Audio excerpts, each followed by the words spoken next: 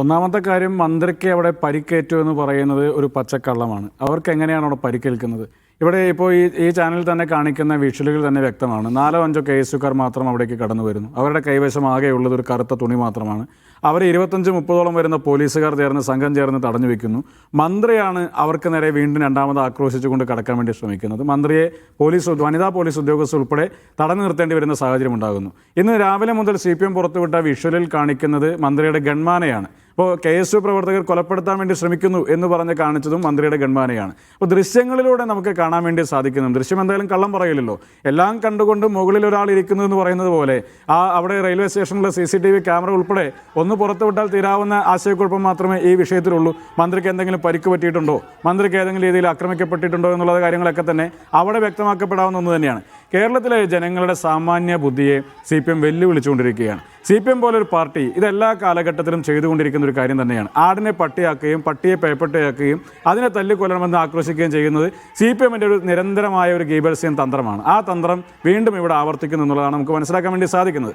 ആരോഗ്യ മേഖലയിലെ പോരായ്മകൾ ചൂണ്ടിക്കാണിച്ചിട്ടാണ് KSUം യൂത്ത് കോൺഗ്രസും സമരം പ്രഖ്യാപിച്ചത്.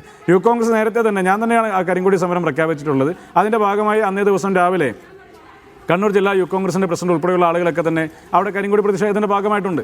അവരൊക്കെ കരിങ്കൊടി പ്രതിഷേധവുമായി കടന്നു ചെല്ലുമ്പോൾ ആരോഗ്യവകുപ്പിൻ്റെ മന്ത്രി അവരുടെ വാഹനത്തിൻ്റെ ചില്ല് താഴ്ത്തി ആ പ്രതിഷേധിക്കുന്ന ചെറുപ്പക്കാരോട് നിരന്തരമായി ആക്രോശിച്ചുകൊണ്ടാണ് കടന്നുപോയത്. റെയിൽവേ സ്റ്റേഷനിലേക്ക് കടന്നു വരുമ്പോഴാണ് അവിടെ KSU പ്രവർത്തകർ കടന്നു വന്നത്. 5 പേര് മാത്രമാണ് അതിൻ്റെ ഭാഗമായിട്ടുള്ളത്. അവരവിടെ കരിങ്കൊടിയുമായി ഉയർത്തിപ്പിടിച്ചുകൊണ്ട് മുദ്രാവാക്യം, അതൊരു വിയോജിപ്പാണ് രേഖപ്പെടുത്തുന്നത്. നിങ്ങളോട് ഞങ്ങൾ ശക്തമായി വിയോജിക്കുന്നു എന്നുള്ളതാണ് ആ കരിങ്കൊടി പ്രതിഷേധത്തിൻ്റെ ഭാഗമായി പ്രതീകാത്മകമായി അവിടെ രേഖപ്പെടുത്തുന്നത്. അവിടെ എന്തിനാണ് ആരോഗ്യമന്ത്രി ഇത്രയധികം പ്രൊവോക്കഡ് ആകേണ്ട കാര്യമുണ്ടാകുന്നത്? നിങ്ങൾ ആരാണ് എന്നോട് പ്രതിഷേധിക്കാൻ എന്നൊക്കെ അവർ ആക്രോശിക്കുന്നുണ്ടല്ലോ. അവനെ എൻ്റെ അടുത്തേക്ക് പറഞ്ഞു വിടൂ എന്നൊക്കെ പറഞ്ഞ് ഇവർ ആക്രോശിക്കുന്നുണ്ടല്ലോ. അപ്പോൾ അത് ആരാണ് അവിടെ പ്രകോപനം ഉണ്ടാക്കിയത്? അവിടെ 1ാമത്തെ പ്ലാറ്റ്ഫോമിൽ ഈ കരിങ്കൊടി പ്രതിഷേധത്തിന് ശേഷം അവിടെ നിന്ന് നടന്ന് 3ാമത്തെ കോണി കയറി 3ാമത്തെ പ്ലാറ്റ്ഫോമിലെത്തി അവിടെ കടന്നു വന്ന് സ്പീക്കറുമായി സംസാരിക്കുന്നത് വരെ ഇവർക്ക് ഏതെങ്കിലും പരിക്കുള്ളതായി നമുക്ക് ആർക്കെങ്കിലും കാണാൻ വേണ്ടി സാധിക്കുന്നുണ്ടോ? ചിരിച്ചുകൊണ്ടാണ്. അല്ല, വേദന ഉണ്ടാവുകയും പിന്നെയും ആകാമല്ലോ. അന്നേരം ഒരു ഗോവണി മുഴുവൻ കയറി 3ാമത്തെ പ്ലാറ്റ്ഫോം വരെ നടന്നു ചെല്ലാൻ വേണ്ടി സാധിക്കുന്ന ഒരാൾക്ക് പിന്നെ ICUവിൽ കയറി പോകേണ്ടി വരുന്ന ഒരു പരിക്കുണ്ടാകും. സംഘർഷത്തിന്റെ ഭാഗമായിട്ടൊക്കെ നമ്മളൊക്കെ മുൻപ് പരിക്കേറ്റുള്ള ആളുകളൊക്കെ തന്നെയാണ്. ഹോസ്പിറ്റലിൽ അഡ്മിറ്റ് ആയിരിക്കുന്നത് കള്ളം പറഞ്ഞിട്ടാണെന്നാണോ നിങ്ങൾ പറയുന്നത്? ഹോസ്പിറ്റലിൽ അഡ്മിറ്റ് ആയിട്ടുള്ളതുമായി ബന്ധപ്പെട്ട് ഇപ്പോൾ ഇവർ പുറത്തിറക്കിയ ബുള്ളറ്റിനെ സമയം എന്ത് വിശ്വാസിയാണുള്ളത്? ഇതേ ആരോഗ്യവകുപ്പിന്റെ മന്ത്രി തന്നെയാണല്ലോ കാലുമുട്ടിന്റെ ചികിത്സിക്കാൻ വേണ്ടി കടന്നു വരുന്ന ആളുകളുടെ കണ്ണ് ചുഴന്നെടുക്കുന്ന ആരോഗ്യവകുപ്പാണല്ലോ കേരളത്തിനകത്തുള്ളത്. ആ മെഡിക്കൽ ബുള്ളറ്റിനുണ്ട്, സർക്കാർ ആശുപത്രിയുടെ മെഡിക്കൽ ബുള്ളറ്റിൻ പ്രകാരം അവരുടെ കഴുത്തിന് ക്ഷതമുണ്ട്, വേദന തോളിലേക്ക് റേഡിയേറ്റ് ചെയ്യുന്നുണ്ട്, അതിന്റെ ഭാഗമായിട്ട് അവർക്ക് മരുന്ന് കൊടുക്കുന്നുണ്ട്. നമുക്ക് മെഡിക്കൽ ബുള്ളറ്റിനെ വിശ്വസിക്കണ്ടേ? ഞാൻ ചോദിക്കുന്നത്, ഷാഫി പറമ്പിലിന്റെ മൂക്കിന്റെ പാലം തകർന്നു എന്നത് മെഡിക്കൽ ബുള്ളറ്റിനായിരുന്നു. അത് വായിച്ചിട്ട്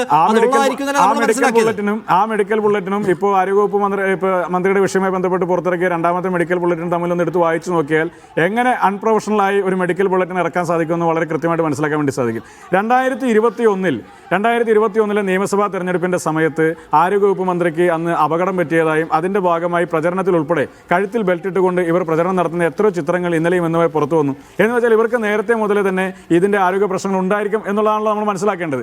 എന്തുതന്നെയായാലും കഴുത്തിൽ നിന്ന് കയ്യിലേക്ക് പടരുന്ന വേദന അല്ലെങ്കിൽ പടരുന്ന അസുഖം, അതിന് സർജറി വേണമോ എന്നുള്ള പരിശോധന, ഇതൊക്കെ ആരുടെ സാമാന്യ ബുദ്ധിയാണ് വെല്ലുവിളിച്ചുകൊണ്ടിരിക്കുന്നത്?